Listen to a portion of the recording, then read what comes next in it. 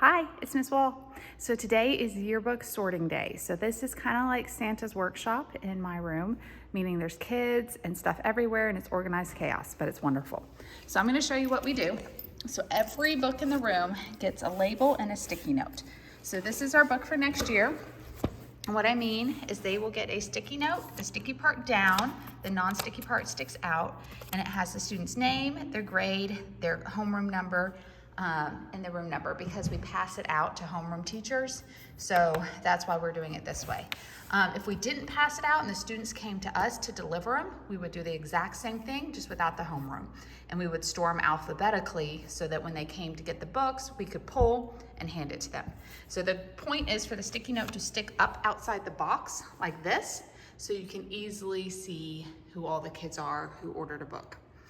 Okay, then on the inside, they get a sticker here with their name and grade.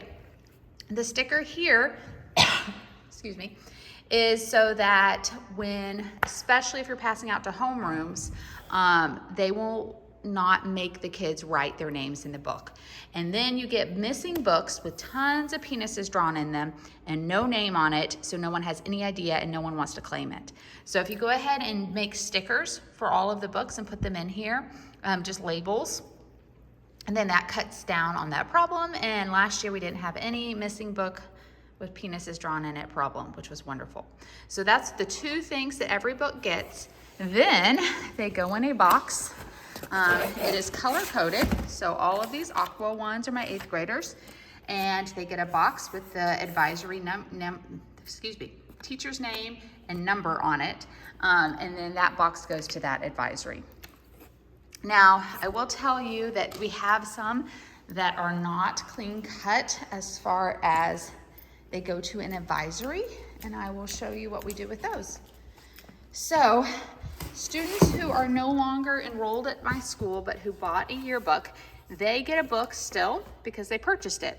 It gets a sticky note that says their name and front office, and it will be available at the front office for them to pick up over the summer or any time in the future.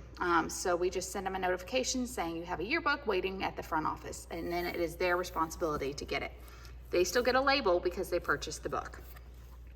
Now, for kids, or people who work for the school, we get some free books to help them out with their job.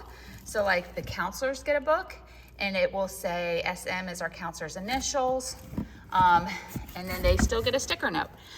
So the reason I don't put the full name on there is because technically these books belong to the school. They do not belong to that specific counselor. So if that counselor wanted a book for their own personal use, then they could purchase one at the discounted faculty price. However, these books are intended to always stay in the school. So that means if that counselor leaves, the new one has a history of yearbooks there for them to reference, and they can make notes about different kids and the grades and anything they need to. Okay, another set of books we have are called hidden books, okay? And the hidden books are, have a sticky note, but they do not have anything written here or any label. The reason that we have hidden books is because you give away all your books and a kid comes back and they have a damaged book. Or you give away all your books and you come back and you made an error and forgot to give some kids a book. Or there was a student who bought 2 at the high school and none at the middle school and their parent messed up.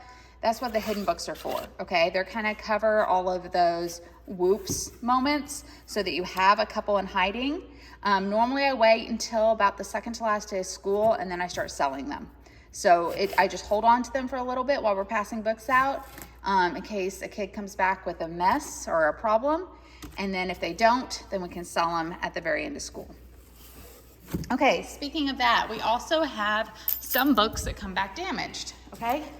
So, for example, when we were sorting books, this one came back and the front cover is printed upside down and wrong, okay? It happens, it's not a big deal. I still put a sticky note on there that says damaged, okay? This one fell off a cart when they were delivering them, so I just put damaged. That way I don't find a book in my room and go, what is this book? Why is this just sitting here? Because all of them have sticky notes and all of them tell me exactly what they are and what they're for. In addition, I make sticky notes for all of my extras that were sent to me. And all of those sticky notes will say to buy on them, okay? And then what I do is as soon as I sell it, I stand there with a Sharpie and make the kid write their name on the inside of the book. So for example, the book itself, oops, that one has a name. But the book itself should just say to buy, sticking here, and then I would come over here and make the kid write their name in Sharpie. So no book leaves my room that does not have a name written in it, okay? So as soon as I sell it, that book gets a name in it. And then again, every single book has a sticky note. In addition, sometimes I have faculty who will buy a book and not pay yet. I will hold their book for a little bit, okay? So my thing is, I will not hold the book for any student. Like when I say they're for sale, is first come, first serve. I'm sorry, if I sell out, I sell out. Because too many people will say they want one and you'll be holding it and they just won't show up. So, but for faculty, I will hold them for a little bit, maybe like a week after we deliver. And they get a sticky note and a book, but this stays in my classroom. So I do not bring them the book, okay? I just say, oh, there's one in my classroom for Ms. Holtzman. It says ordered, not paid on it. And then what I deliver to the classroom is this. So, whoa, okay, hold on.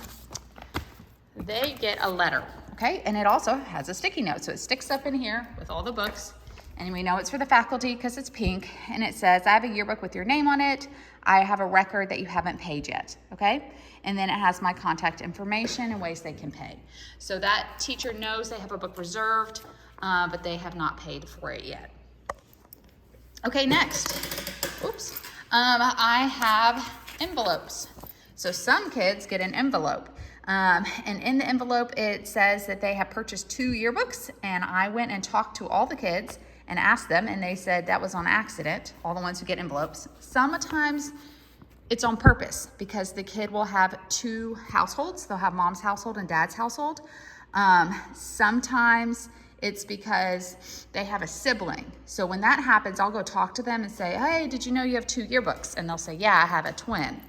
And if that's the case, then I go ahead and put the different names on the yearbooks. I'll put one name on one kid's yearbook, one name on the other. So that on yearbook signing day, they both get a yearbook. So you kind of have to talk to the ones that accidentally purchased 2. But what I'll do is I'll have a stack of envelopes. I'll put cash in there and they'll get these delivered with their book to say they purchased 2. And I use the big envelope so I can put a letter on it. And so I can stick it in the box like this and it will get passed out with the yearbooks. Okay, since we pass out to advisory, I also have just a little letter about it. I will say if you want to buy a book, come see me and where I'm going to be and how much it is.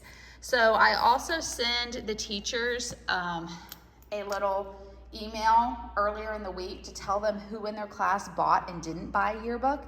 That way the teachers can give the kids a heads up and say, hey, these are the kids who didn't get a yearbook.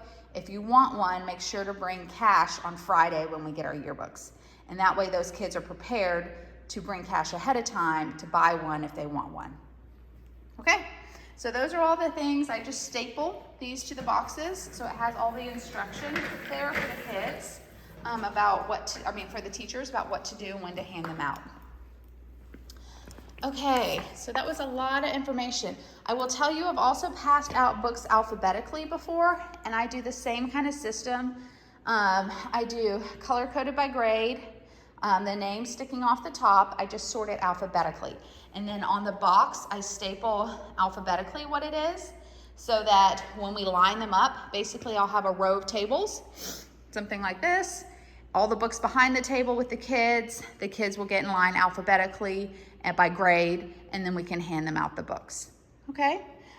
When you hand out books like that, you don't have to put the labels necessarily in ahead of time.